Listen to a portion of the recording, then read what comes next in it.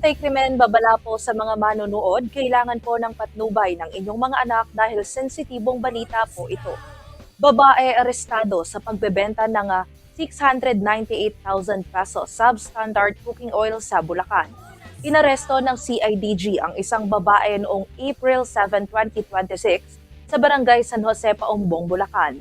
Isinagawa ang operasyon ng 9:30 p.m. sa pangunguna ng CIDG Anti-Fraud and Commercial Crimes Unit at lokal na pulisya.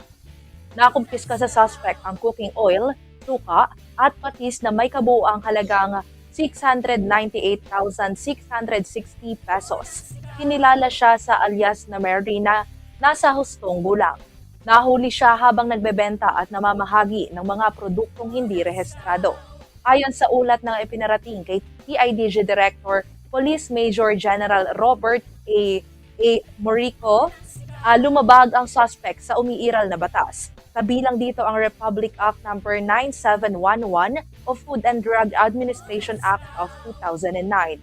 Nilabag din ang Republic Act No. 7394 o Consumer Act of the Philippines.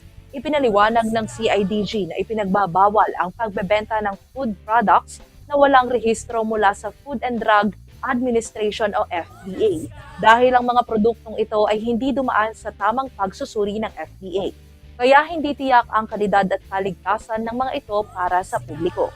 Iginiit ng CIDG na ang pagbebenta ng substandard cooking oil ay paglabag sa food safety standards ng pamahalaan.